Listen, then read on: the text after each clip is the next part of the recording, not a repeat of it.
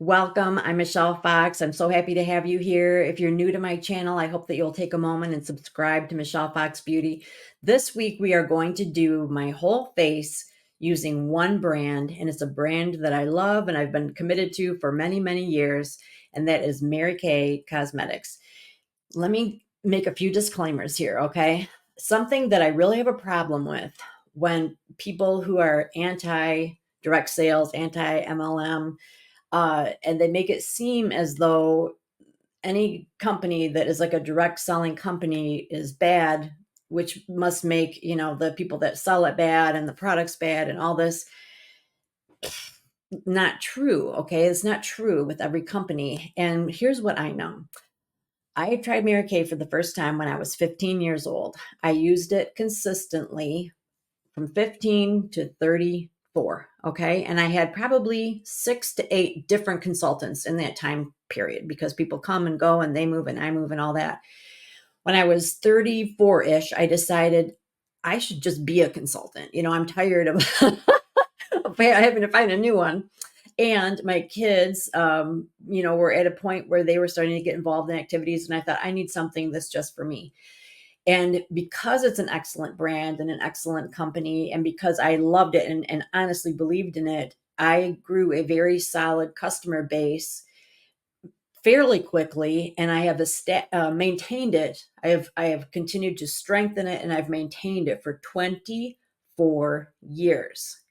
I have made money as a Mary Kay consultant for 24 years. So when people get on social media, YouTube, TikTok, and bash any direct sales company, basically saying that it's a sham, that you can't make money, that they're all charlatans, I beg to differ. Okay. And because I love Mary Kay, I am going to do my whole face in Mary Kay. I recently did my whole face in $10 and under makeup. So I don't know if you saw that. If not, go back and watch it. So I figure, you know what? Let's do it what I actually do in a day. These are the products that I actually use every day and that I'm really committed to. And so I'm sharing all of this because some of you may be confused because I do talk about other brands because I still have a brain. You know what I mean? I know what's out there. I know what's popular. I can speak to that. Okay. So I love Mary Kay. I use Mary Kay and I sell Mary Kay. I am familiar with other brands and I can talk about that, and that's okay too, because I'm a beauty influencer. Okay. I'm not a Mary Kay influencer. I'm a beauty influencer. So now that we've got that out of the way, let's watch how I do my whole face using only Mary Kay. All right, let's get this party started. We're going to start out with foundation primer. This is, it's not a gel, it's not a cream. It's sort of like a translucent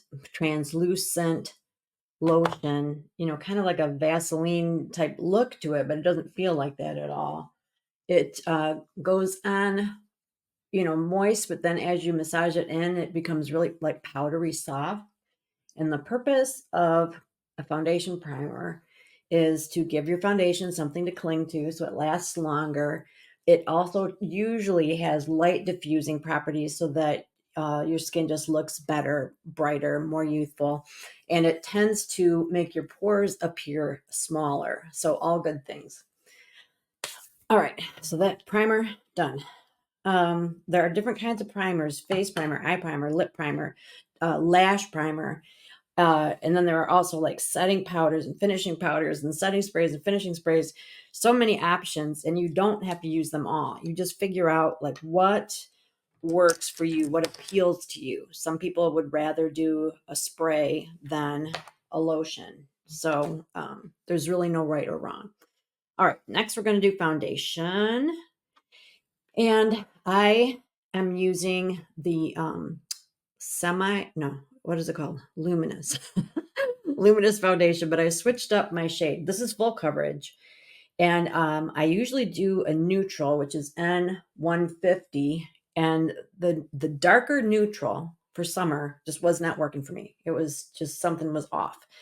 So to make a long story long, I ended up trying a whole bunch of different ones, and I went with a cool undertone that was darker. So I believe it's beige C160. I'm pretty sure that's what it is. And I really like it a lot. It might end up being my year-round color because it's not, super dark, but when I blend it out, it does work when I have a tan, but I think it will also work for me when I don't.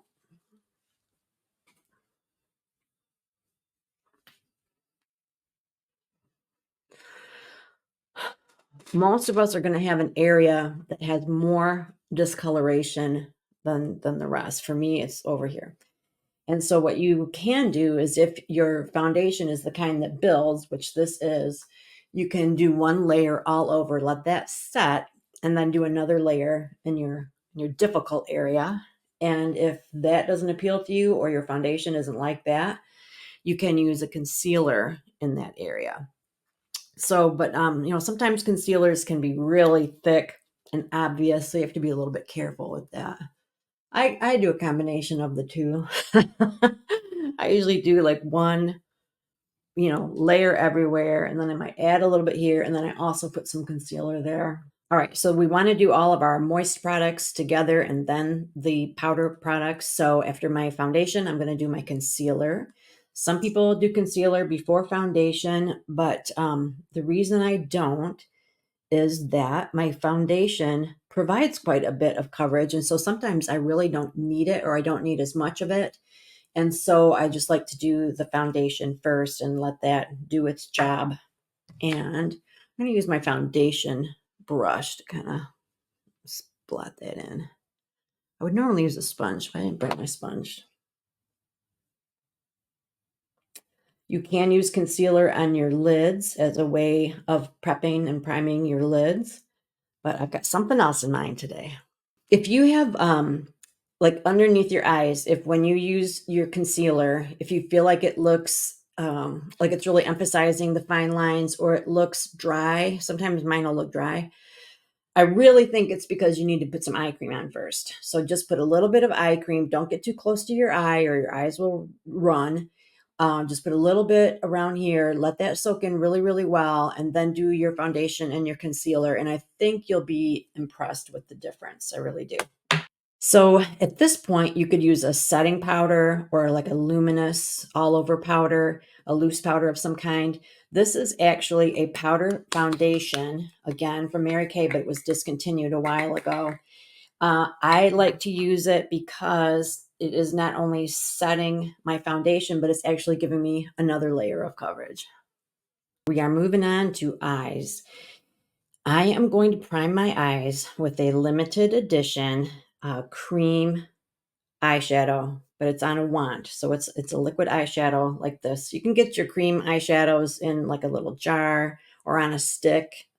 This is on a wand, and this is limited edition, but I'm using it as my base, my primer, because it is matte and because it is exactly the color of my skin. So I just lucked out as far as that goes. So you can put it on with the wand and then blend it out with your finger. I have a cream eyeshadow brush that I'm going to use just to make sure I don't get it where I don't want it. So that's all over. Put it on. I really like to focus on my lid more than anything, but I do bring it up. I bring it up all the way to my brow. I think I put the concentration of color down by my lid. OMG. I love this. Wow. Love it, love it, love it, love it, love it. So why do I love it so much? Because our primer has been discontinued, and I have tried other brands of primer to varying degrees of success. And I just haven't found anything that I absolutely love. And our other liquid eyeshadows have shimmer to them. And so I just don't really want my base to have shimmer. So this is just like perfect. I'm so excited. Oh, I'm going to have to be stocking up on that. All right. So we need to let that set. So while we do that, we will do brows. And brows, there are so many things you can do with brows now. You've got your pencils, brow pomades that are like paint on kind of thing, the brow mascaras. I am just going to use a very simple precision brow definer. And what I do love about Mary Kay's brow definer is this is so fine. Let me see. This is so fine, tiny, teeny weeny. And so it's able, I mean, precision is the right word. You're able to really get right where you want to be. And gosh, my brows are getting so fine. They're like invisible. Oh, so what I have been doing is I sort of underline underneath, but I have to be careful because I can get off track. And then I will outline the top carefully because again, you can go too big and it doesn't look good. And then I try to do a little flip at the end. And then I fill in just with short feathery strokes. And I'm going to do this inner area without rounding it out too much. Just going to do the hair-like strokes mimicking what I've got going on in there. And I believe this is brunette. I go back and forth between dark blonde, which I know seems silly for someone with dark hair, and brunette. But like I have said in other videos, if you have dark hair, you should go a little bit lighter with your brows. And then if you have light hair, you should go a little bit darker. And that dark blonde just seems to work for so many people, including me. But this one, I believe, is brunette. I'll double check. All right, so we're going to assume that the eye primer / liquid eyeshadow is dry. I'm so excited. What should I try? What should I do? Oh, I think we'll do some neutrals, but I might add a little splash of color at the end. I'm going to use our eyeshadow brush. This is just the Mary Kay All Over eyeshadow brush, and pick up our Biscotti. That is a matte, sort of a creamy white color. And I really like to go quite light with my highlight. I like there to be a lot of contrast. And I'm going to put that right underneath my brow toward the front. I don't really focus too much on the backside. Just go right under this front area. And then I'm going to go in the first half of my mobile lid. So I'm not going to focus over here. I'm going to stay up in here. And this is something new for me. My lid continues to droop worse and worse. And so if I've got like a really bright color that comes all the way down here, it draws your attention to the fact that my eye is very droopy. So I'm not going to do that. I'm going to keep it over here. And so far, that primer feels like it's doing its job. I think it's good. I can feel it like it's got enough tackiness. It feels like it's really gripping this eyeshadow. So again, I'm just going to do kind of this inner area. I don't usually get real fancy with like the color in the tear duct and stuff like that. I know that it works and it looks pretty. My daughter does it all the time. But I don't know. It's just like one extra step I don't usually take. So this is about all I do with my light color. When it comes to my mid-tone, I think every time I do a video, I'm doing it a little bit different. Today, we are using this smudger brush, which has like a really compact head. I'm going to pick up a mid brown. It's called Hazelnut. It is matte also. Tap off the excess. You know, there are theories where you go above where your crease is. Okay, here's your crease. So your eyeball sits in your orbital bone, and you can feel the orbital bone. So you have an actual crease, whether you can see it with your eyes open or not, that's there. So you can just go right in that crease. A lot of people will talk about going above the crease to sort of create the illusion of a higher crease, which just is more flattering overall.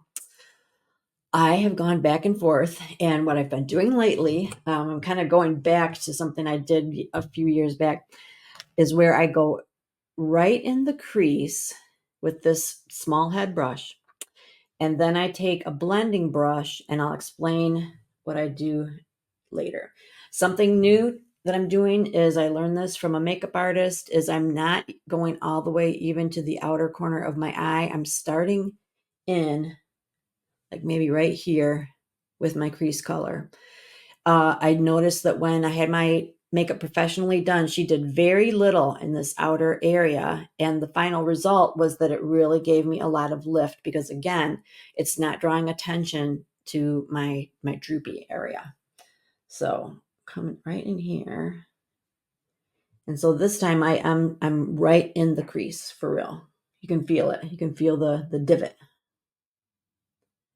And again, I'm not going to bring it down too far either. So it's just a pretty modest area. But you do want to make sure that you're getting a decent deposit of color. I do like this liquid eyeshadow as a primer. I think everybody needs to get some before it is no longer available. All right, so like when my eyes are open, you can't see it because it's in the crease. Like that crease kind of recedes into your head. So I'm going to take a blending brush. We have a longer, fluffier blending brush. This eye, generally when I look straight ahead, you can see less of this lid and more of this hood. So on this eye, I'm going to really focus on bringing that color up. So I'm going to take this and just brush it up. I'm not brushing any of it down. So I'm brushing that mid-tone up into that highlight color. This one, more of my eye shows. And although that's a good thing, I want it to match this eye. So what I'm going to do to fix it is I'm going to take that mid-tone and I'm going to bring a little bit down and a little bit up. So I know that sounds kind of strange, but I can't make this eye, bigger. So I'm going to make this eye smaller is pretty much what I'm trying to do. So I'm bringing it down and I'm bringing it up. So this is kind of going all over the place. All right, so now I need to decide what I want to do in that outer corner. I think I'm going to do navy because I've got a navy shirt on. I'm going to use, what do we call this? I believe we call this the crease brush. It's angled, but I'm using it as to put my accent. And I used to really focus on like the outer V, as they say. Again, I noticed with the professional makeup artist that instead of doing a V, she did really like a straight line from like the thickest part of my lash straight up toward my brow. Again, limiting the area that she was working with, which in essence made my eyes look lifted. It was very interesting. Let's see if I can do it. I've been practicing. So you're just kind of like making a vertical wall, really. And you don't want to go too high. I think this is going to be nice. And then once you've got that laid down, just bring it toward your crease, toward that mid-tone in the crease. But then also, I want to cover up this area down here that I didn't really put any color on yet. So I dipped back in. I'm coming back on here. Ooh, I like this a lot. This, I have never been able to get this much color payoff from this shade. I think it is due to that, what I'm using as a primer. I really do. This is exciting. And the more you blend it out, then the less oomph it's going to have. So you'd kind of decide how umphy you want it to be. I'm middle of the road. I'm going to bring this in.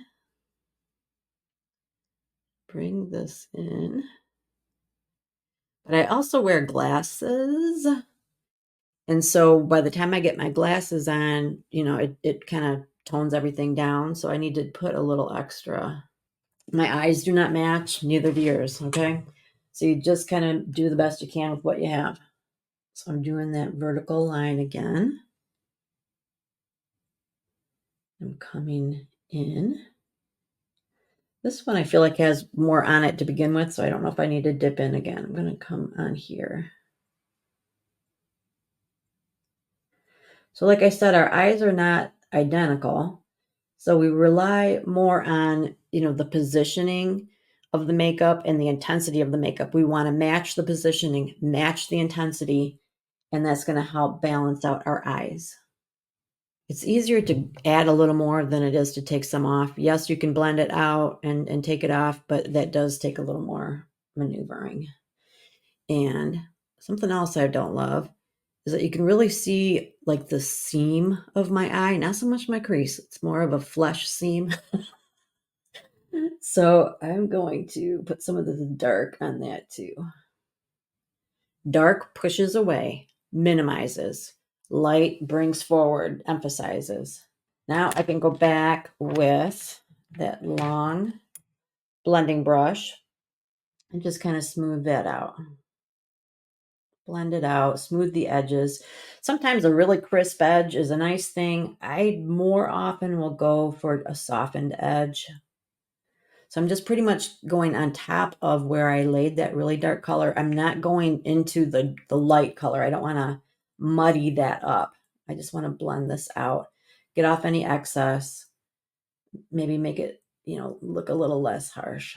And this thing where I do like the dark and then the light, this is new to me still. So I'm kind of still working on that. What I think I'm going to do to help merge that, what color do I want to use?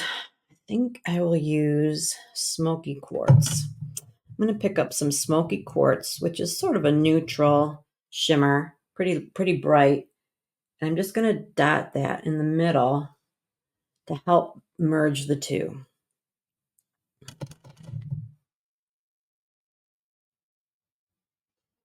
So I'm just putting it on my middle finger. I'm just setting it on. And then I just kind of pat, pat, pat around it.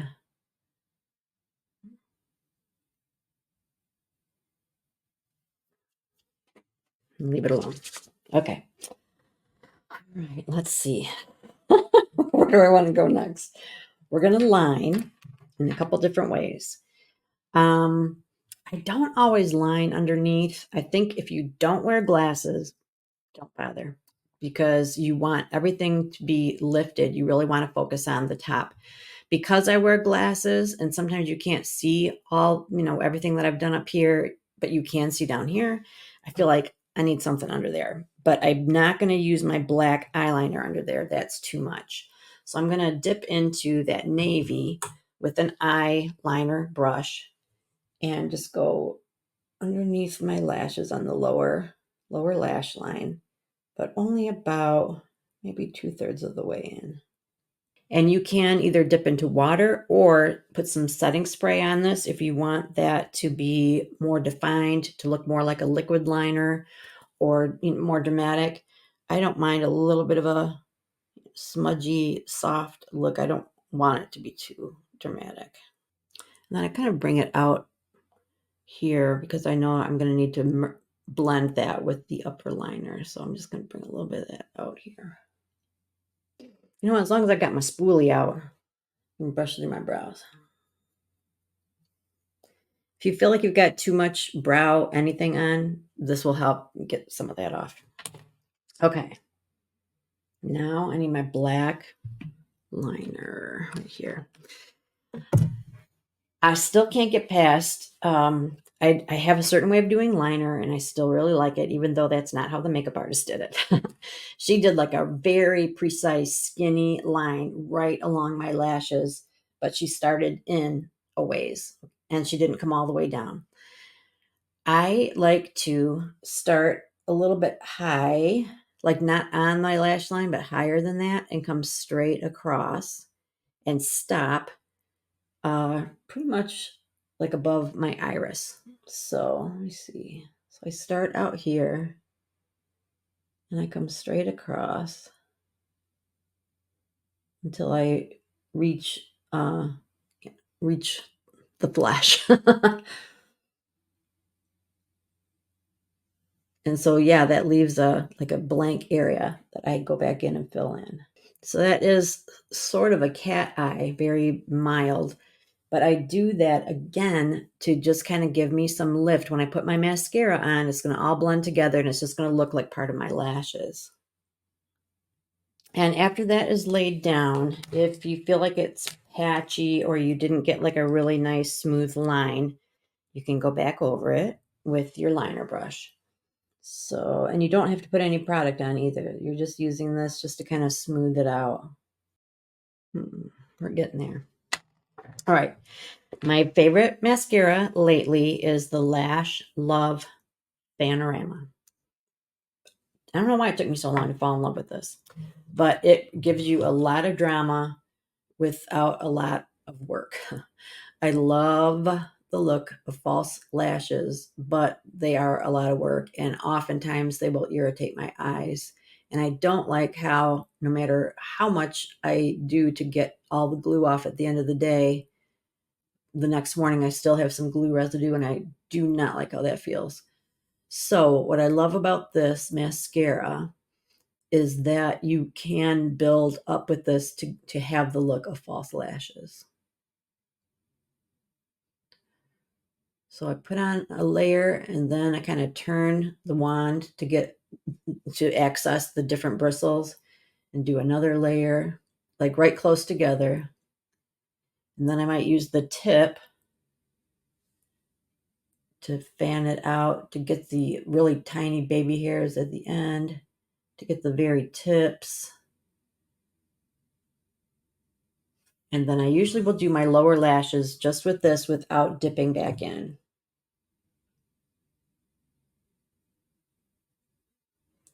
You do not have to do your lower lashes, and sometimes I skip this part. Mine are very, very fine, and it can be very frustrating trying to get that on. And if you make a mascara mistake, just leave it alone. I'll show you what to do. Nobody panic. So after the mascara has had time to dry, you can just go in, with a Q-tip and kind of flick off anything you don't want. But I also use this just to clean up if I got eyeshadow someplace off kilter. I was going to talk about tight lining.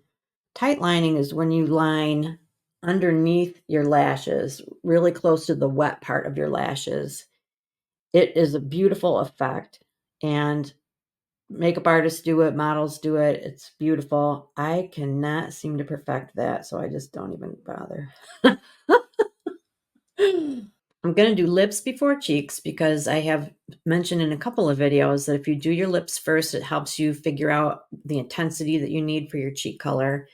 I'm going to use a liner. I really honestly hardly ever use a liner, but I just thought I should use a liner today. This one I think is Rose Nude.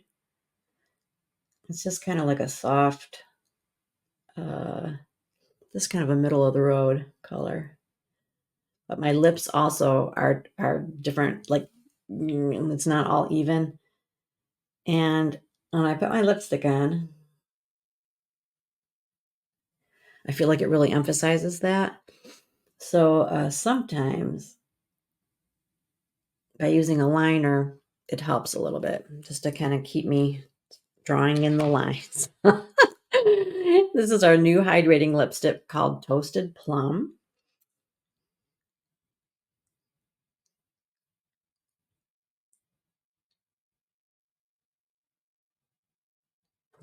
I'm putting it on pretty heavy. First time I tried it, I just put like a smear of it on and I was like, oh, that's kind of light.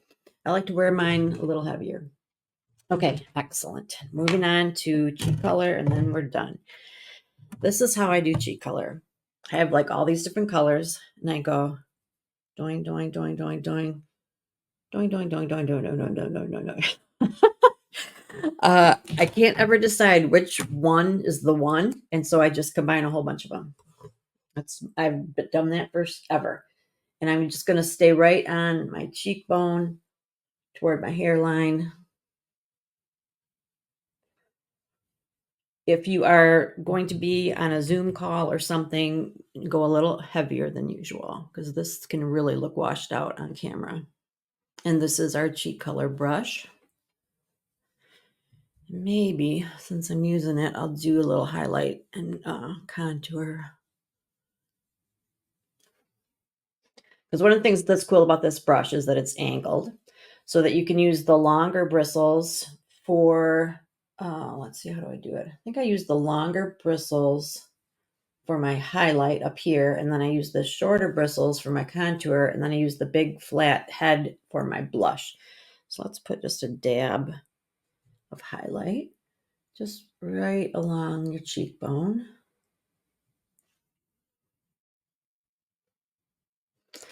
And then I'm going to put some contour here.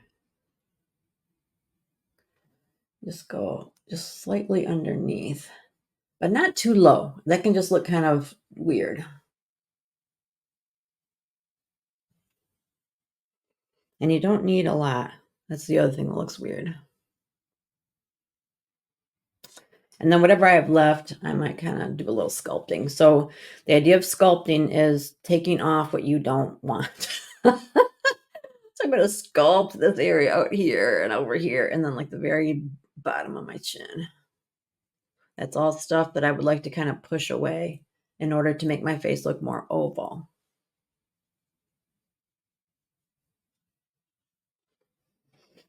Ooh la la. And then I will take a big fluffy brush and just kind of go over everything, make sure that it all looks blended. And at this point, I usually do setting spray, but I just ran out. And I'm like, I think I only have one on my shelf, and I hate using my last one just in case a customer needs one. So I'll wait until my next order. So, but watch how much this will diminish when I put my glasses on, as far as like, it won't look so intense. Like you can hardly see it now. So that's why if you are a glasses wearer, you want to put a little more drama up in there. All right. So, God, my hair. I just got it colored like a week ago, but I think she used like a lighter color to color it. And so it looks not that great. Anyway. All right, so this was me using just one brand for my entire face. It's a brand that I love and I believe in. If you want any more information about it, reach out to me. If you see a product that you want or you want a sample of, reach out to your Mary Kay consultant. And if you don't have a consultant, I would love to be that person in your life. So take a quick moment and subscribe to Michelle Fox Beauty so we can stay in touch, because I'm coming back next week with more fun. We're actually going to be doing some micro needling. So first time I've ever done it. You'll do it with me, okay? So you want to be subscribed so you don't miss that. So thanks so much. I hope you learned a little something. I would love to hear in the comments if you learned something, if you want to contribute an idea, a tip, if you have a favorite Mary Kay product to let us know, or a favorite shade. That's always fun to hear. So thanks so much, and I will see you next time.